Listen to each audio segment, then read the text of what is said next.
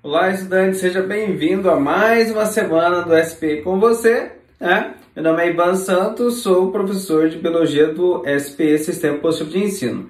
E hoje nós vamos trabalhar resolvendo exercícios com o nosso conteúdo abordado nessa semana, né?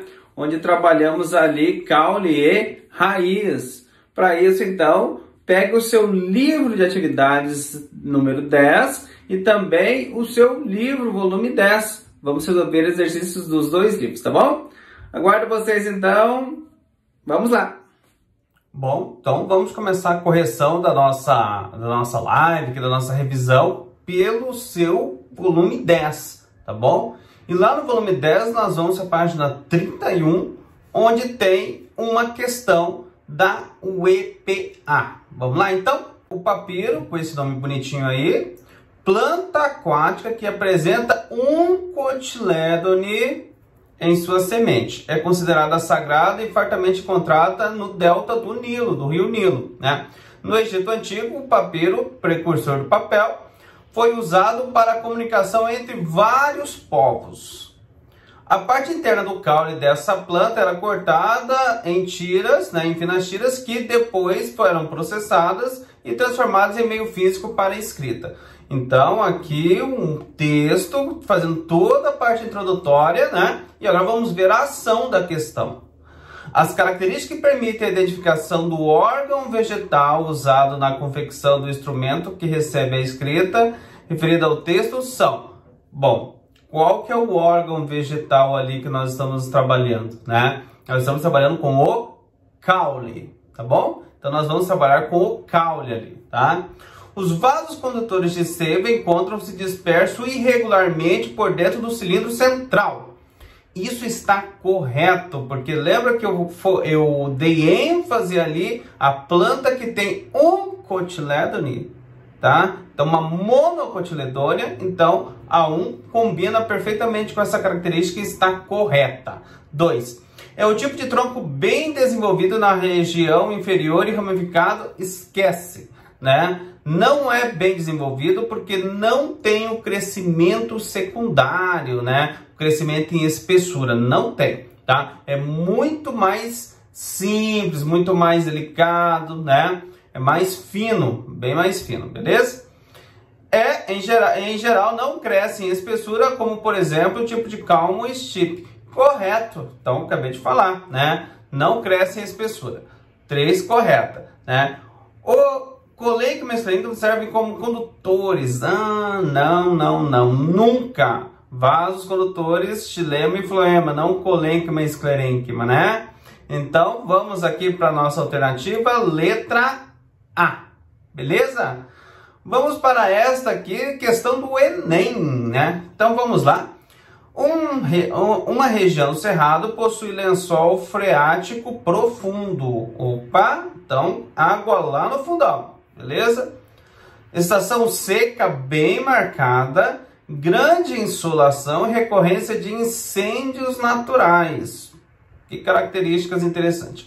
5 espécies de árvores nativas, com as características apresentadas no quadro, foram avaliadas para o seu potencial uso em projetos de reflorestamento. Então, nós temos aqui o quadro onde fala da superfície foliar e fala da profundidade das raízes. Entenda-se, raiz alta são raízes profundas, né? Raízes baixas são raízes rasas, né? Bom, então vamos lá. Tem a árvore 1, coberta por tricomas, coberta por cera 2, né? A 3 também, coberta por espinho 4 e 5. E raízes baixa na primeira, alta na segunda, baixa na terceira, baixa na quarta e alta na quinta.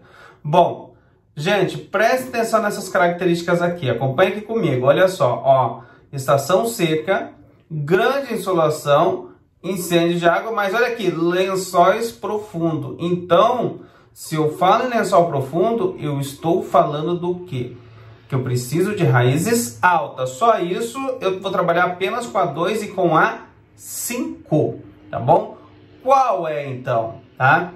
Eu consigo eliminar por uma outra característica, recorrência de incêndios naturais, tá? recorrência de incêndios naturais, então para que a planta ela consiga resistir a essas variações, ela tem que ter em suas folhas uma grande umidade. Para isso, uma cutícula ou essa cera, elas conseguem fazer essa retenção de umidade, tá? Isso, aliás, foi um trabalho publicado em 2015 por 2 pesquisadores que viram que o cipreste mediterrâneo, em uma grande queimada, resistiu a isso, né? E foram ver se estava relacionado à umidade das folhas. Por isso, a resposta correta é a letra B, tá bom? Vamos aí? 2, né? Árvore 2, coberta por cera, para realmente ali controlar a perda de água ali, manter ali a umidade das folhas, né? E ter planta alta por causa do lençol freático, beleza? Ótimo, então dê um pause aí, pega aí o volume 10, né? Do livro de atividades e vamos para a página 13, ok? Vamos lá? Página 13. O EPG do Paraná, né? A figura abaixo esquematiza a morfologia externa da raiz de uma angiosperma. Com relação a essa estrutura, assinale o que for correto. Gente, essa figura está lá no teu material, inclusive, né? Com várias características que nós abordamos nessa aula dessa semana. Então, vamos lá. Somatória 01. A coifa eucalipto é constituída por um tecido resistente, cujas células são substituídas continuamente e tem função de proteger o meristema primário, situando mais internamente esse meristema. Correto, né? Essa é a coifa eucalipto, né? Ela precisa ser resistente justamente para a questão do atrito com o solo, que a gente já discutiu várias vezes. Era um correto. 02. Na região do meristema, as células estão se multiplicando ativamente por mitose, possibilitando o crescimento da raiz. Correto, tá? 02 está correto. 04. A região de alongamento não apresenta crescimento e é totalmente impermeável. Gente, olha ali onde é que está a região de alongamento. Justamente no meristema primário, ali próximo à coifa. Errada, 04, né? A região dos pelos absorventes tem como função principal a fixação da planta ao substrato. Não. Dos pelos absorventes, a principal função é o quê? Absorção de água e sais minerais, tá bom? Matéria inorgânica ali, né? Então, a seiva inorgânica ali, então, 8, errado. E vamos para 16. A região de ramificação origina as raízes secundárias que diminuem muito a área de absorção. Errado, né? As raízes secundárias não só vai ser importante para absorção, como também para fixação, né? Então, vai aumentar a área de absorção, porque cada filete dessas raízes secundárias também vai desenvolver uma zona pelífera ali, né? Então, uma zona de absorção. Então, 16 está errado. Vamos ao somatório, 01, 02... Total 03, essa é a resposta correta, tá bom? Beleza, vamos aqui para um slide, temos 2 questões aí para discutir. Então vamos lá, PUC Minas, tá bom? Página 14. As raízes apresentam importante função para fixar, sustentar e nutrir as plantas, sim, podendo em alguns casos desempenhar funções difíceis de determinar. Tendo em vista o tipo de raiz, a planta ou local de referência, assinale a incorreta. Então aqui vai fazer com que você tente relacionar aqueles vários tipos de raiz que a gente estudou com o exemplo, né, que elas apresentavam ali. Ou com de repente ali até com o ambiente. Então vamos lá. Vai assinalar a errada. A. Raízes respiratórias ou pneumatóforas em manguezais. Correto, manguezal é uma região alagada, você precisa de raiz ali respiratória para que a planta consiga se desenvolver. Raízes sugadoras ou austórios, né? Erva de passarinho, são aquelas raízes que acabam sugando a seiva do interior da planta. Então está correto a letra B. Letra C, raízes, escoras ou de suporte bromélias, né? Aqui está errado, bromélias são epífitas, né? E as epífitas têm aquelas raízes de cintura, ou seja, elas ficam ali um pouco longe do solo, né? Abraçadas às árvores, né? E tem ali grande poder de absorção, né? Então, a C é que é incorreta. Velame, raiz de tecido pluriestratificado, orquídeas, correto, tá bom? Então, letra C é a errada. Agora vamos para 22. O que traz ali na 22, né? Olha ali uma questão dissertativa, né? Existem plantas que completam sua nutrição extraindo substâncias de outras plantas, aquelas parasitas que eu comentei, né? As plantas holoparasitas e hemiparasitas. Então temos dois tipos aí. Explique como ocorre a extração de cada tipo, tá? E exemplifique. Bom, gente, então nós temos aqui duas situações parasitárias, tá? Ambas estão relacionadas à captura de seiva, tá? Ou seiva orgânica ou seiva inorgânica, tá bom? Se for seiva inorgânica, a raiz vai adentrar ao xilema. Se for seiva orgânica, essa raiz vai adentrar ao floema, tá?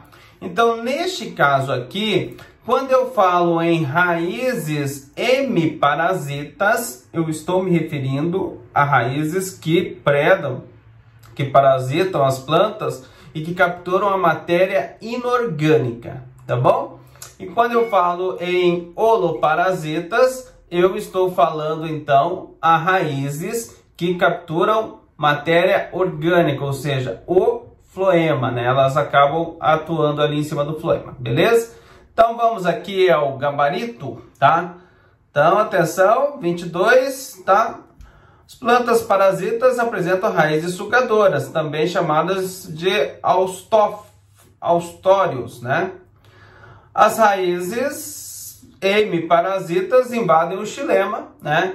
E ali nós temos ali como exemplo a erva de passarinho. E as holoparasitas invadem o floema. É o caso do cipó chumbo, tá bom? Então nós temos esses dois tipos de parasitas aí, né? Sempre relacionado ao tipo de seiva que ela vai sugar ali para ela. Tranquilo? Tá? Ótimo. Então vamos lá para mais uma dissertativa aí, né? Quais são os tipos de organização encontrada em estruturas de caules de plantas com sementes, tá? Essa aqui está relacionada àquela questão da monocotiledônia e eudicotiledônia, tá? A monocotiledônia nós acabamos de ver na outra questão. Ela não tem crescimento secundário, tá? E ali você tem os feixes, né, que atuam ali como condução de seiva orgânica e inorgânica, totalmente difuso, misturado ali pelo caule. Não tem uma organização, né? Só lembrar do desenho que nós vimos lá na nossa aula dessa semana. Só lembrar daquele desenho comparando as duas, né? A eudicotiledônia, ela além de ter um crescimento no meristema secundário, em espessura, então, caracterizando a espessura dela, ela tem uma organização ali entre os vasos, ali também entre a parte ali do colênquima, né? Então ela é muito bem estruturada. Então você tem ali as divisões certinhas, né? Bem organizada, tá bom? Então esta é a diferença, né? Então vamos ver aqui o gabarito que traz. Olha aqui, ó. As gimnospermas eudicotiledôneas apresentam crescimento secundário, né? Feixes liberolenhosos, né? Liber vem do floema e lenhoso vem do xilema, né? Organizados com duas regiões distintas, né? O córtex e o caule central. Perfeito, né? E monocotiledôneas, feixes vasculares difusos no caule e não há formação de região em córtex central. É o que eu comentei, né? Totalmente difuso, totalmente misturado, ele não tem regiões definidas, tá bom? Vamos lá para 24, então vamos lá. No Brasil, a cebola é considerada a terceira hortaliça mais importante em termos de valor econômico. Tá? Quem gosta de cebola aí, né, ficou atrás apenas de batata e do tomate. É preferencialmente consumida in natura, nas saladas, né, temperos e condimentos. Realmente, é uma delícia, inclusive, né? A cinária é alternativa e contém os órgãos vegetais das culturas semente e batata inglesa, respectivamente. Bom, então vamos lembrar aqui, tá? Quando eu falo em cebola, eu estou falando em um tipo de caule onde ele apresenta uma estrutura chamada prato, né? É a mesma da cebola e do alho. Então, esse tipo de caule eu chamo de bulbo, tá? E quando eu falo em batata inglesa, é aquele caule que é rico em reserva de amido, que é o tubérculo, tá bom? Então, com isso fica fácil, né? Respectivamente, tem que ser bulbo e tubérculo. Alternativa C. Tranquilo? Ótimo. Vamos para mais uma. Unioeste do Paraná. Unioeste, inclusive, sede em Cascavel, minha cidade, tá? Assinale a alternativa que associa corretamente o tipo de caule com algumas de suas características. Então, novamente aquele exercício. Caule e agora não os exemplos, mas a característica dele, tá? Então, vamos ver. Tronco. Tronco são aquelas árvores de grande porte, né? Bem cheia de galhos, né? Então, vamos lá. Caules subterrâneos, não, já não serve a letra A ali, já está errado. Rizoma, vamos lembrar que rizoma é aquele caule da samambaia, beleza? Caules adaptados à região, à realização da fotossíntese, não, já está errado aí, tá bom? Rizoma não faz fotossíntese. Estipes, vamos ver o que são estipes aí. Caules geralmente não ramificados e que apresentam no ápice tufos de folhas. Verdade. Então você tem um caule, aquele caule longo, né? Não tem galhos, ele vai até lá em cima você tem folhas, né? Muitas palmeiras, né? As palmeiras e tudo mais, né? Bem típico disso. Então, correto a letra C. Colmos, né? Caules robustos, gente, como são os bambus? Caule robusto? Nunca, jamais, né? Cladódios são estruturas complexas formadas pelo caule e por folhas modificadas. De fato, você tem folhas modificadas em espina, mas estrutura complexa não, estrutura muito simples, né? Rico ali no colênquima aquífero, né? Então, errado ali os cladódios, tá? Então, a alternativa correta mesmo é a letra C, tá bom? Mais uma! Os caules atuam como uma estrutura de conexão entre raízes e as folhas. No mundo vegetal podem ser verificadas uma notável diversidade de caules aéreos e subterrâneos, né? Joia!